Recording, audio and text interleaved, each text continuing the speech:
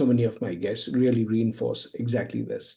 There is coincidence, there are people who shape your career, there are opportunities that you give up, there are regrets, and there are things that you really do well. Your career journey is a combination of all of these. I want to take a minute to say thank you for being with me for these 25 episodes. This is the 25th one. Enjoy.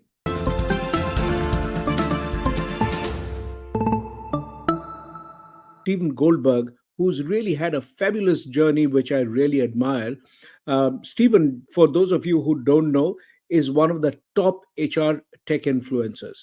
And by that, I mean the top.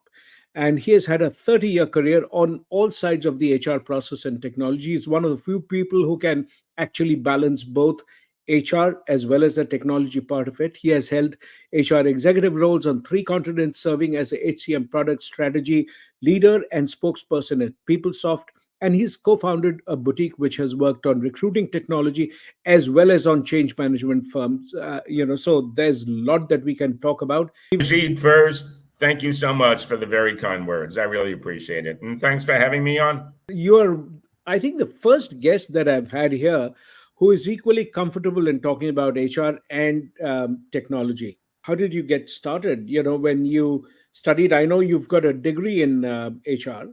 Before HR, in terms of a degree. So I went for a bachelor's in industrial psychology eons ago.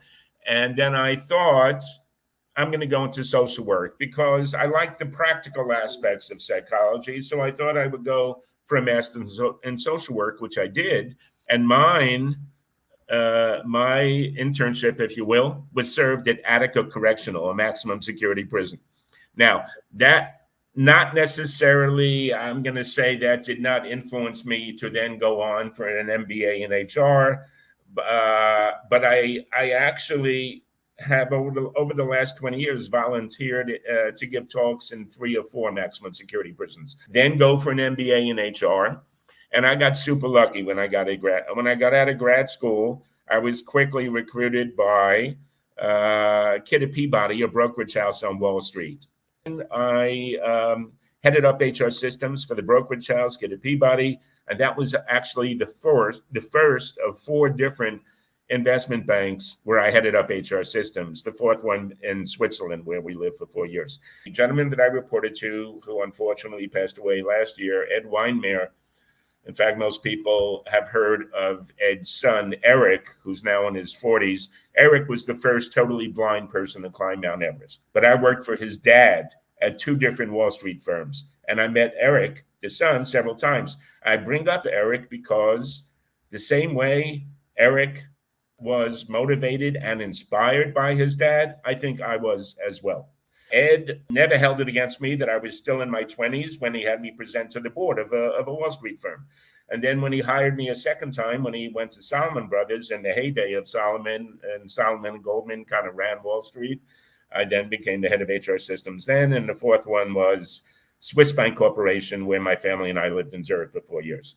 But what I want to say about Ed in terms of the impact he had on me, on my career, he said to me early on when I started working for him, he said, Steve, before this company spends a penny on HR technology, he wanted me to run each area of HR from an operations perspective.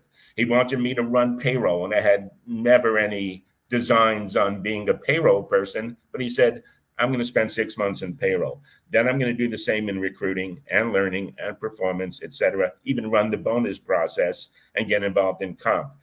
And that sort of grounding, very kind of diverse set of operational lenses, I think placed me in kind of a unique stead in terms of understanding where's the realistic and exciting opportunities to bring HR tech to bear in each of those operational areas, and not just optimize the process, but to optimize the experience for the stakeholder and to connect all the processes as well. The way you went about multiple places, from payroll to bonus and compensation and all of that, I think is very powerful for you to get a understanding, and because that's something that you bring in to HR tech, which is what makes you so unique, that you've actually, had a hands-on experience of that.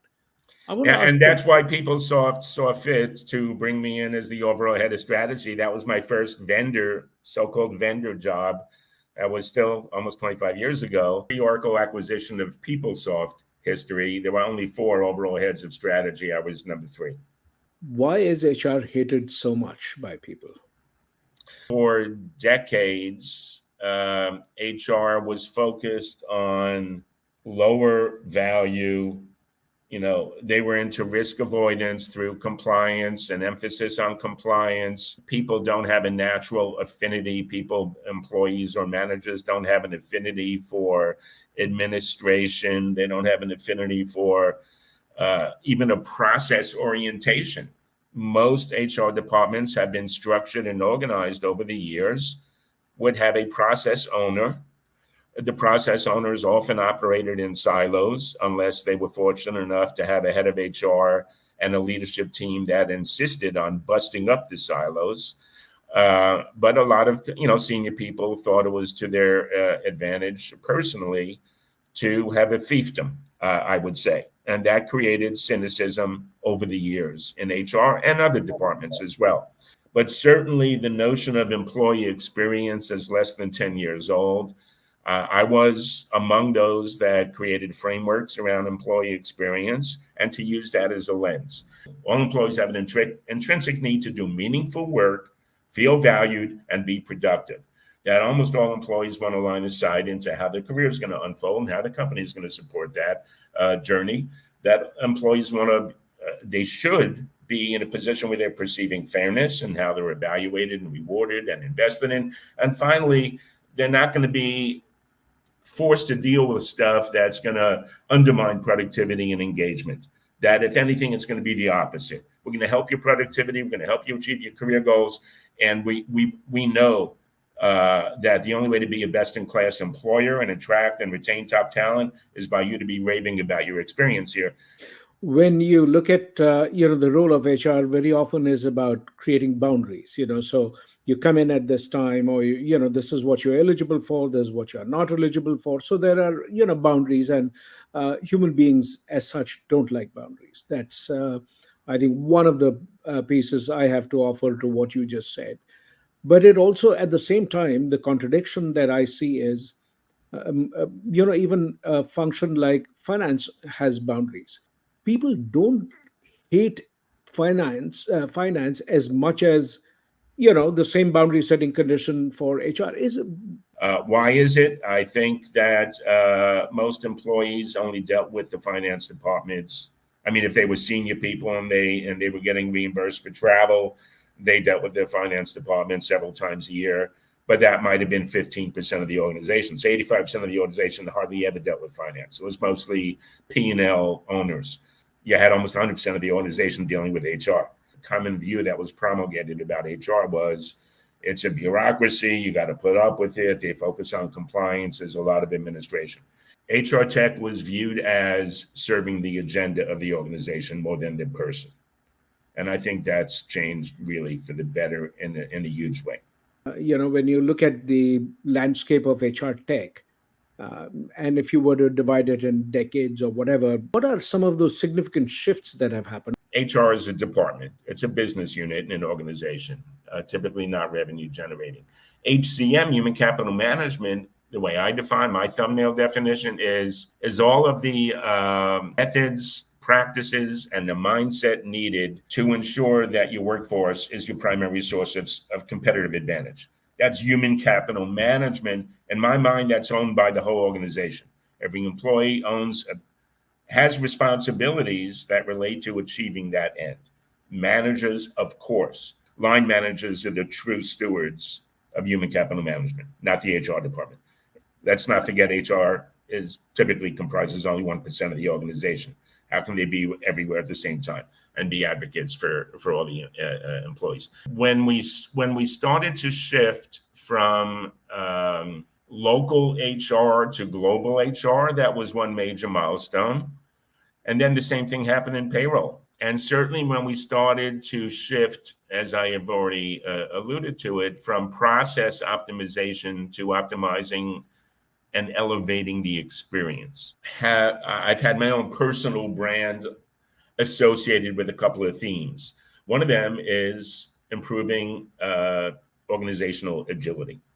Now, nobody talked about this 10 years ago in the world of HR or HR tech. The times are more fluid than ever, which means less predictable. But in that is both risk and opportunity. If you can anticipate when you're going to need to pivot operationally or strategically, use tech to understand what are your best options for pivoting and then execute well. To me, that's one of the most reliable ways to ascend the ranks within your industry, if you're better at organizational agility than everybody else. How is an organization going to ascend the ranks within their vertical? Compliance is super important, but I've never heard of a company that went from number 5 in their vertical to number 1 because they were better at compliance. Certainly improving employee productivity, because even the most modest upticks in productivity when you have hundreds of thousands of employees translates into big dollars. They're not HR themes. These are business themes. Business transformations and even organizational change management programs, neither one, by and large, have been viewed as achieving their goals and aims and kind of capturing the ROI that they expected to get from that. Neither one is in the majority. It's like 30% of them, when looked upon afterwards, are viewed as this, we achieved our aims.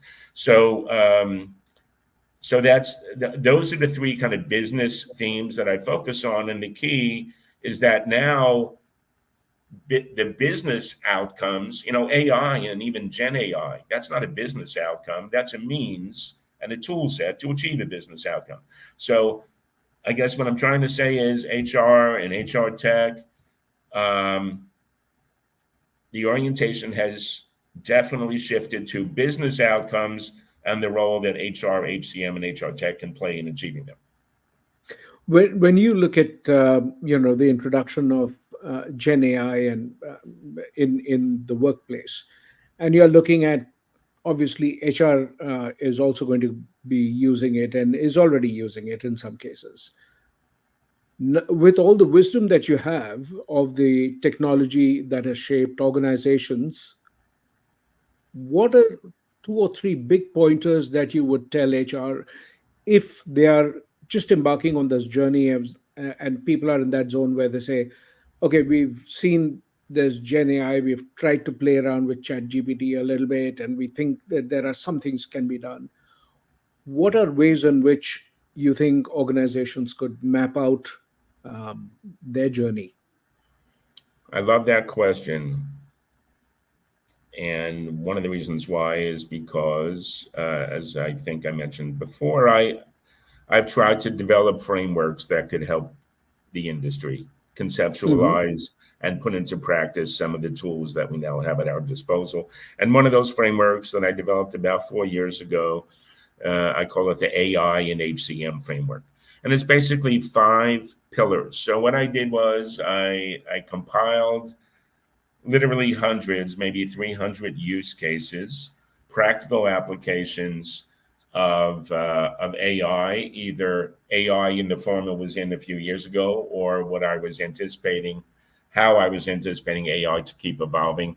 At the time, Gen AI wasn't really talked about 3 years ago. But I created hundreds of use cases, and then they kind of naturally fell into 5 categories. And the 5 categories were personalize, predict, prescribe, understand, and curate. And let me kind of paint the picture around those 5.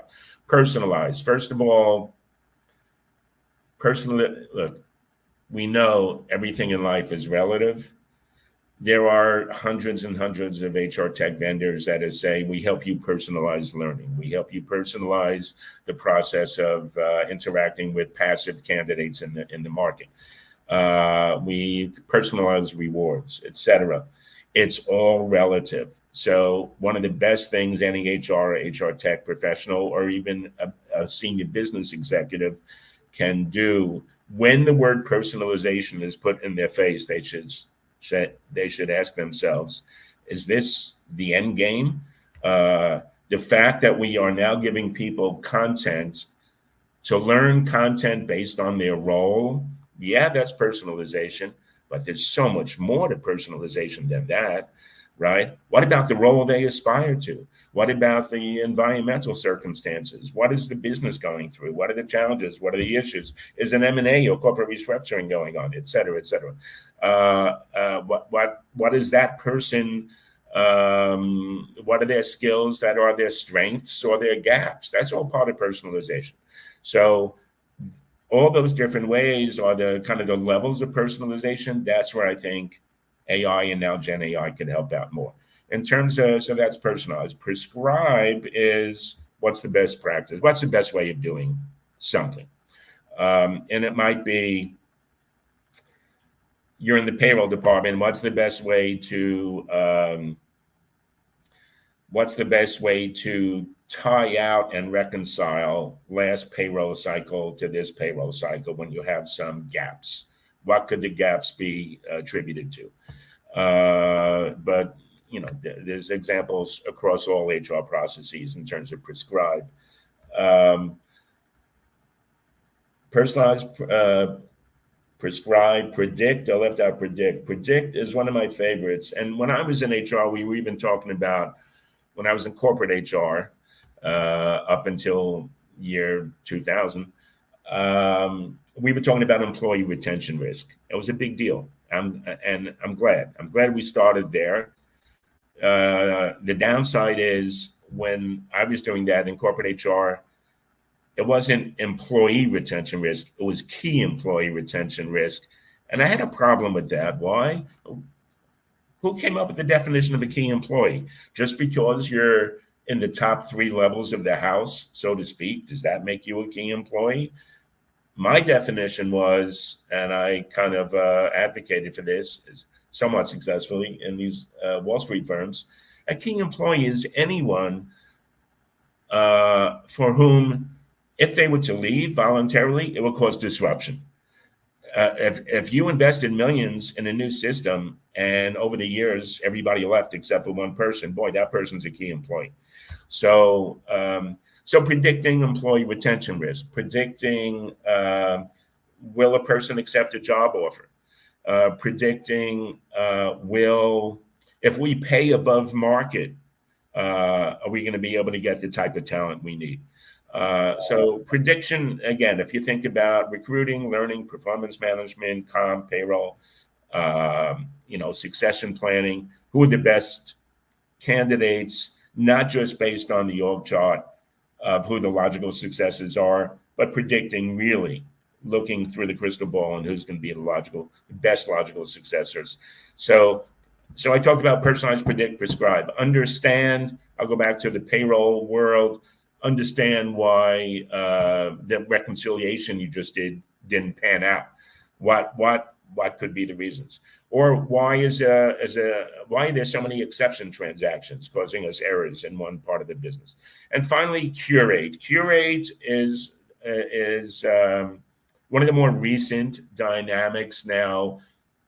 Let's say recent is the last 3-4 years, and it's certainly a major use case area when it comes to bots, because bots are now helping us obtain efficiently the information we need quickly in the flow of work and the most relevant information we need. And it's not just information, but it's skills acquisition as well, and the context that we need.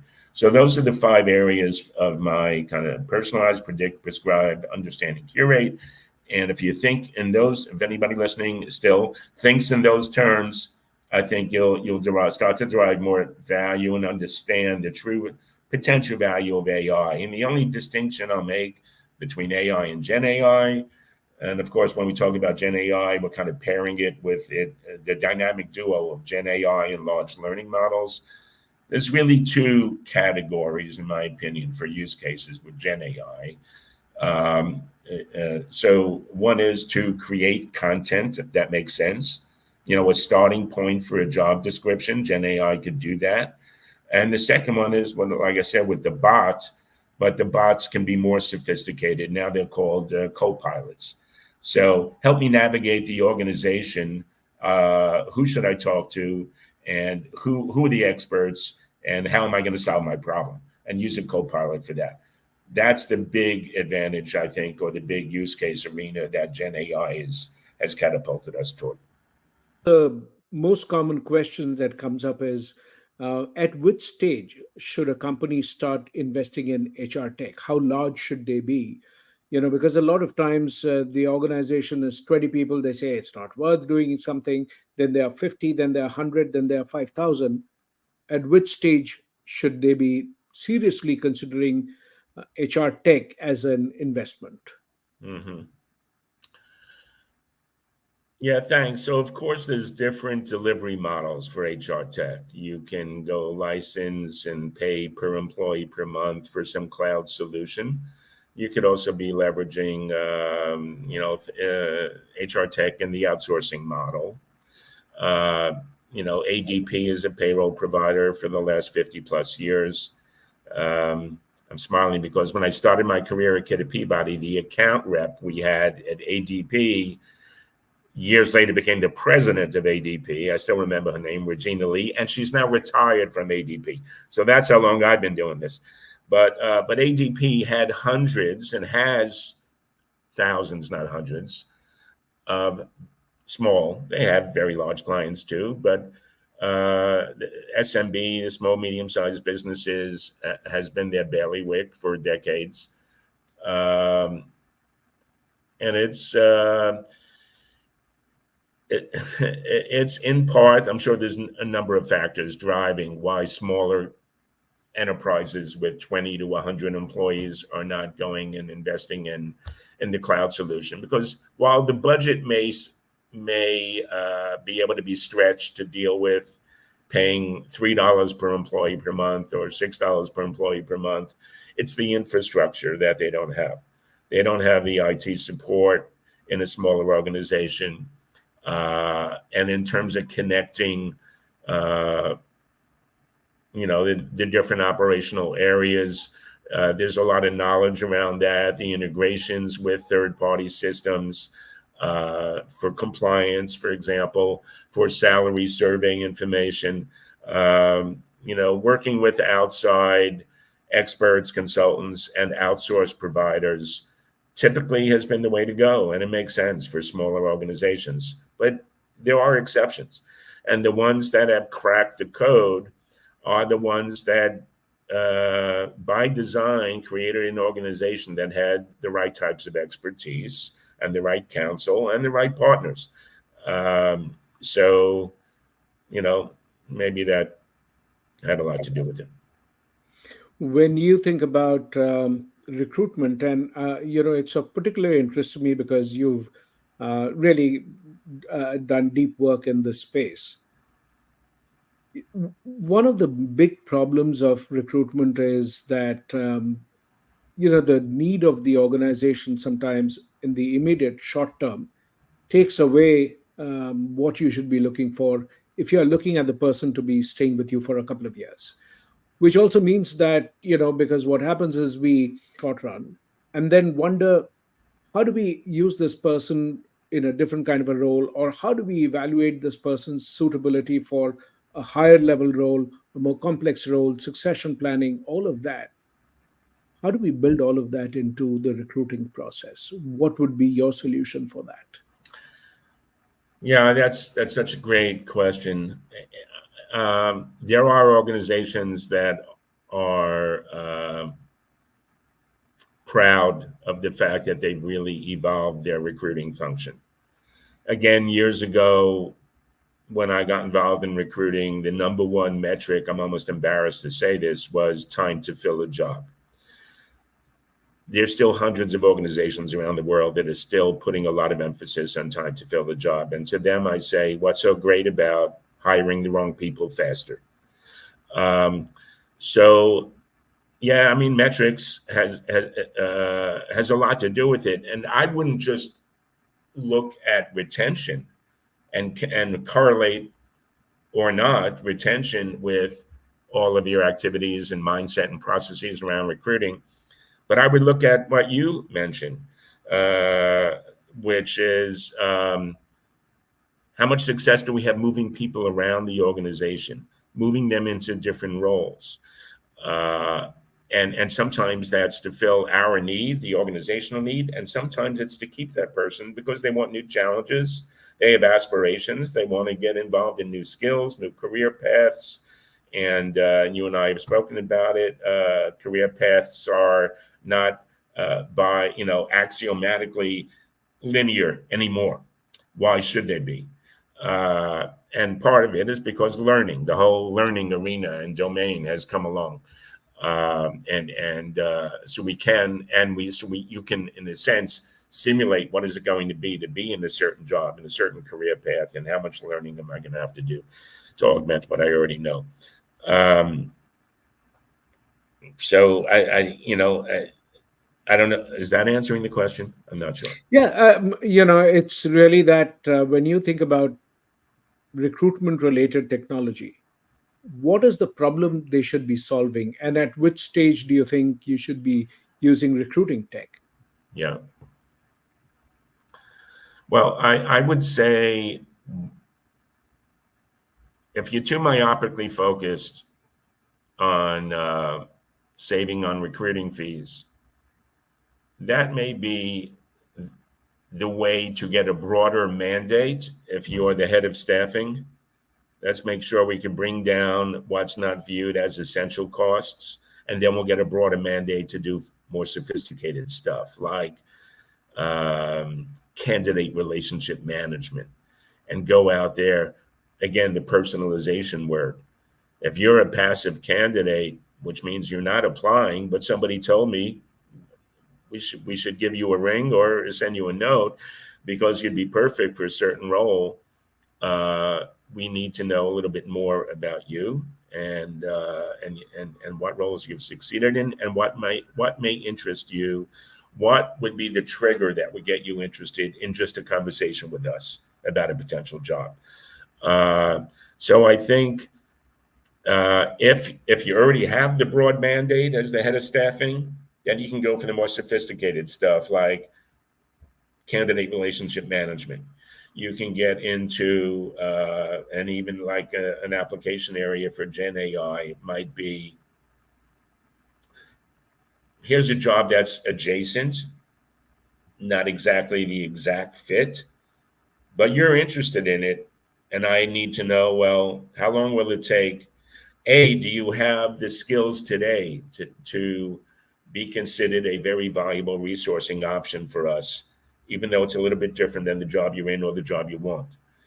And if you do reach that threshold of you're a viable candidate and you can be a viable resourcing option, then what does it take for you to get to from that level of proficiency to the next level of proficiency? AI can help with that, or Gen AI could help with that as well. So these are some of the ways that the recruiting domain has a lot of exciting opportunities in front of it. And again, you got to get the mandate first, because if you're spending, if the perception across the organization, across your stakeholders, your heads of the lines of business that you're serving and you're helping them recruit, and they're perceiving you as wasting money because you're hitting their P&L, but yet the people are not the people they expected, in the job, or they're leaving shortly after they're hired. Get the mandate first, then go for the more sophisticated, high impact applications. But one of the reasons why good people who you've hired could be leaving the organization because the managers are not great at managing them. So then why is it still the fault of recruitment? Yes. That is one of the best contextual perspectives in terms of why HR should not operate in silos. So there's change management involved in that equation. There's learning, there's training, there's learning and development, and there's recruiting. And the more HR functions are able to connect the dots between the different functions and realize what the dependencies and the interdependencies are, those are the HR departments that are best in class today. Change management, we didn't talk about that, but anybody that does a Google search on me and either agility or change management, that's where I spend most of my time, because that's another thing I got from Ed Weinmeier, my boss at the two Wall Street firms, was become a change management expert. Not just live in the operations area, but read everything you can on change management. So in the 80s, I was reading about Cotter and Lewin and Prosky and the Change Management Institute. And it has served me well in my career, I would say. And now more updated perspectives on change management from McKinsey or Boston Consulting Group. It doesn't have to be elaborate. You should be able to boil it down into like 1 minute. If you're having a conversation with somebody that's not necessarily attuned to the importance of change management, say, hey, look, I was reading something from Boston Consulting Group that said, use the framework of ready, willing, and able. Ready, willing, and able is, yeah, they see the reason for the change, but they don't really see how they're going to play a role in the new world order.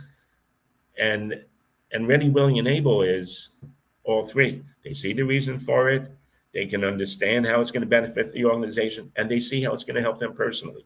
So more often than not, large-scale initiatives fail because of inadequate attention to change management. And more often than not, business integrations post merger or acquisitions underperform, again, inadequate attention to change management. I'm kind of a little bit all over the place in my answers, so maybe I'm too caffeinated. When you think about learning, and this is going to become a big sort of area of work, with all the changes that are coming in because of Gen AI and AI in general, and the technology, and the firms are operating on different business models, which are changing just a little bit right now. But when you look over the years, it's a big shift. So I want to sort of shift gears and talk about learning. When you think about that, what do you think people get wrong about learning? Well, I totally agree with the premise. I think most studies, including the likes of McKinsey and others, very recent studies in the last couple of years, have concluded that typically an employee doesn't view their learning experience as being super helpful to their day-to-day job performance. And oftentimes after a year they forgot what they learned. And so what are they getting wrong? A lot. It's not a universal assertion I would make, because a lot of organizations, with the help of vendors in the learning space, this is where sometimes the vendors aren't necessarily pushing the field forward because of their own maybe revenue focus too much. Sometimes the vendors, I think, are doing a good job to have the rising tide lift the customer too. And in learning, I think this is one of those areas. And the first kind of realization, I think, in order of realizations in the learning space, was learning must be in the flow of work. So don't, if I'm in the midst of something and my manager comes over and says, you seem really into that, and you're making a lot happen, we thank you for that, but you're scheduled to take a learning course now for an hour. That's the opposite of learning in the flow of work, because the person doesn't see any logic to that. So connect it to what's going on, make it as fluid.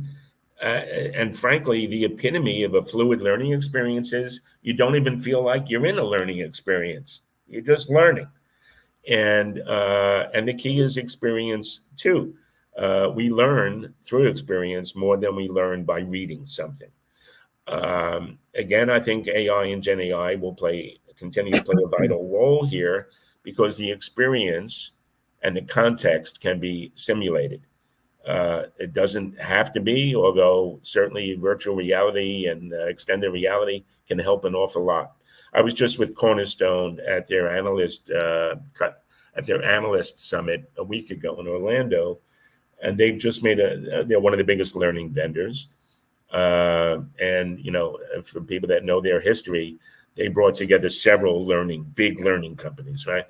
But in the last 6 months, they've also acquired some pretty small learning companies that are bringing Cornerstone forward with extended reality, with virtual reality, with bot co-pilots, um, and I haven't used this word yet. I'm surprised I haven't. Skills or skills science, right? This is probably one of the top three advances in HR, HCM, and HR tech is skills science.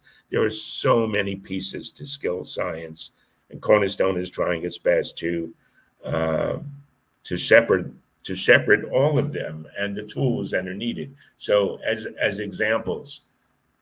Um,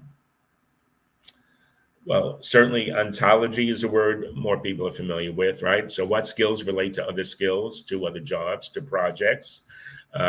Skill adjacency. If I'm good at this skill, then maybe I should be good at that skill, or how long would it take me to ramp up to the other skill? This is all part of skill science. But here's another one that I'd like to add to the mix. What skills are becoming increasingly more important or less important to the organization? An organization sometimes has a lag of a year or more before they figure that out. And they wasted a lot of money. They're bringing in people that have the skills that are not a match for the business plans and priorities for the next 12 months. So drawing an inference of what skills are going up in trajectory versus down is something that AI can help with. So in summary, learning in the flow of work, much more of a focus on skills and skills science. And lastly, personalization. Once again, it's not just the content that's relevant, but it's how each person learns, because we all can learn a little bit differently. And then you have neurodiversity, people that are very productive at work, but their brains work differently. Um, that doesn't make them any less of an asset. Could make them more of an asset in some creative ways, but that's all part of personalization. So those are some of my answers there. If you had to create a dashboard which has metrics on how well the organization is moving in the direction of its business outcomes and skills, are they improving the level of skills in the organization? If these were the two end goals, what are some of the metrics you think people should be looking at, which they normally don't? Well, once you have insight into what skills are the most relevant for the go forward business plans and priorities, then naturally you want to see that the most hours of learning and the most dollars of training are spent on amplifying and improving in those skill areas. Once again, they're matched to the business plans and priorities. So it's an easy thing. It's an easy thing to quantify. Um, uh, Certainly, getting the sentiment and reading the pulse of the employee. The ideal situation would be from the employee side, if the employee feels like, hey, these skills are super relevant to the organization, but they're also super relevant to me and my career aspirations. Uh, if you can capture that sentiment, more of that, and quantify that, and there's many ways to do that. Surveys sometimes are met with cynicism, but there's a change management process attached to it, or should be. But you even have AI that drives sentiment analysis. And for those of you that don't know, sentiment analysis very quickly is the technology is looking at anonymized emails, discussion boards, not attached to any person, but what are the sentiments being expressed in emails or discussion boards about an experience that they're having at work. So, again, quantifying, matching it up with business plans and priorities, getting the sentiment, and seeing in the end if revenue per employee, which is a cornerstone. I'm mentioning cornerstone, but not the vendor in this case. The cornerstone of employee-related success metrics, in my opinion, is revenue per employee. What are some of the trends that you notice, and what are some of the technologies that one should be looking at in this space? So let's start with attracting talent. What are some of the things that are changing? The ability to demonstrate how you're investing in a joint, a mutual agenda. It benefits the employee and the organization. If you can get that point across, that's fundamental to establishing your brand, your employer brand, as being compelling and attractive. Get the point across that you as an organization, as an employer brand, that it's critical, that it's really an important core value of your organization to make sure that the employee agenda is known, what are their current and potentially future goals, aspirations, etc., and that the organization's business plans and priorities are attended to too. So that's all part of the employer brand, but it's not sufficient to just say we win an award for our employer brand. A lot of folks that are tuning in, I'm sure you've heard about storytelling, and storytelling is a big part of it. Using, even during onboarding and employee orientation, uh, personalize that. As an example, I'm a junior accountant. Match me up with somebody that was a junior accountant in this organization 2 years ago, and their career has really moved in the last 2 years. Make that part of my orientation and my onboarding. That's all part of the employer brand, because all these points kind of reinforce each other. That this is the place. I have a choice of an infinite number of organizations in theory that I can work for. This is one that's showing the signs in a demonstrable way that this is going to be a good decision that I'm making as a candidate, as an employee. Another one is what what's known as boomerang employees, people that leave and come back. That's a great metric to use. That again promulgates this notion that you're an employer brand. Um, that's worth looking into. And finally, there are certifications that are meaningful, more meaningful than others. I loved it when UKG acquired some years ago Best Places to Work, or Best Places to Work, because they had a pretty elaborate process for determining that. Mhm. A very systematic, with technology's help, etc. It was a smart move for UKG to acquire them. Now it's a matter of making that seamless in terms of integrating it into the other technology capabilities. When you look at developing talent, what are some of the trends that you think are going to become more important? What technology should be doing? What can be leveraged by way of technology to achieve those Sure. goals? Sure. Well, we talked about learning, so let me say something that is additive to that.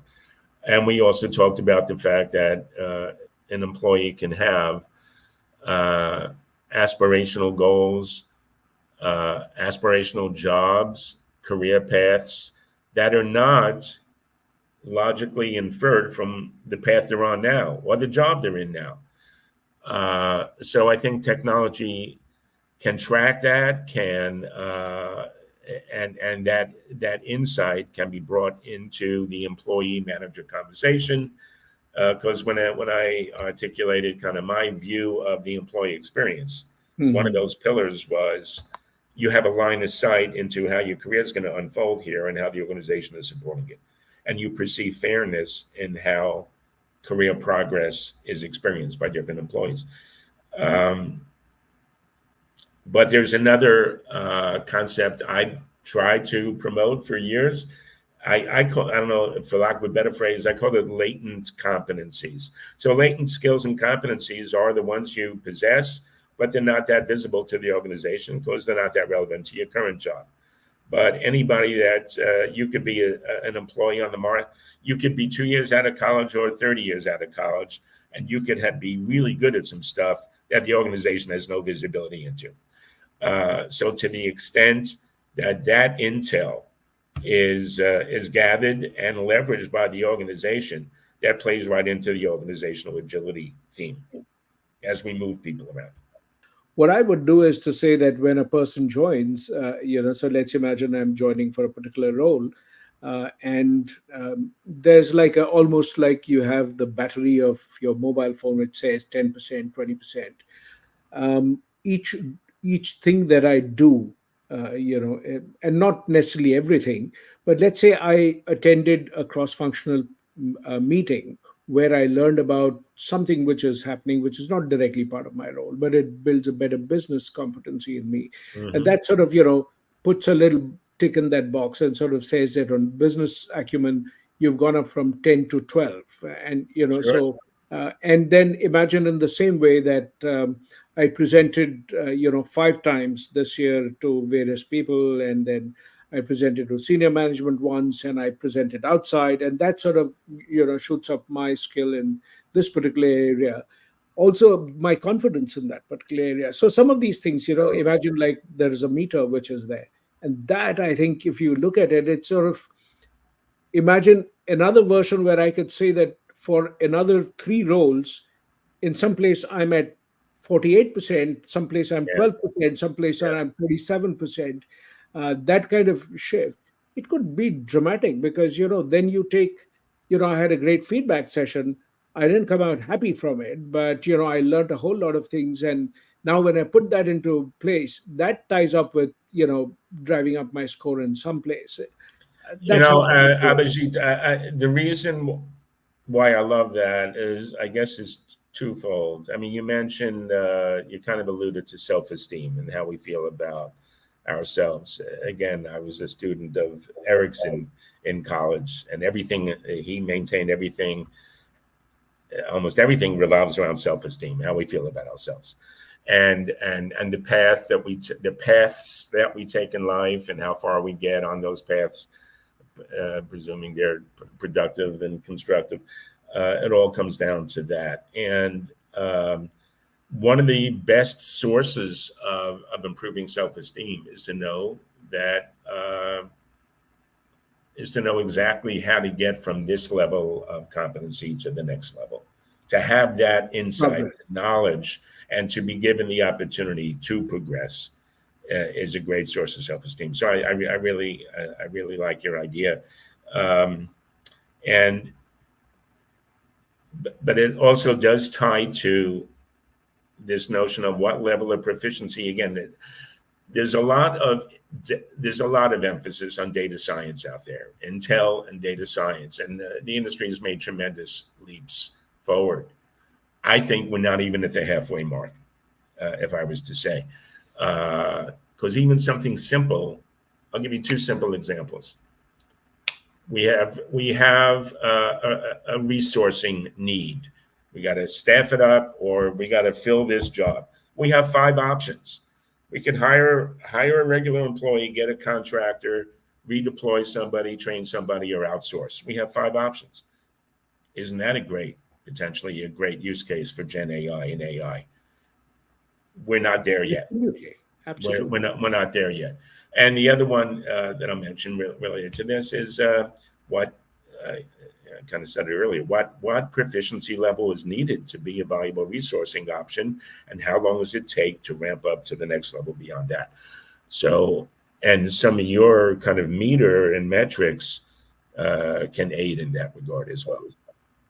And I also think that if people had a choice of different career paths, which means that if I joined in finance, I'm not necessarily going to continue to have to move only in that direction. Maybe I could do something in, marketing. Maybe I could do something in web design. Could be multiple things. Giving people those opportunities is probably my biggest. In my book, I talk about Career 3.0 being an approach where you're leveraging multiple skills in different ecosystems. So that is, if you were to link that, I think it would make a difference to a whole lot of people in terms of their career. And Me I too. just want to say thank you. Just appreciate your doing this and look forward to My staying pleasure. in touch. Thank you, Meg.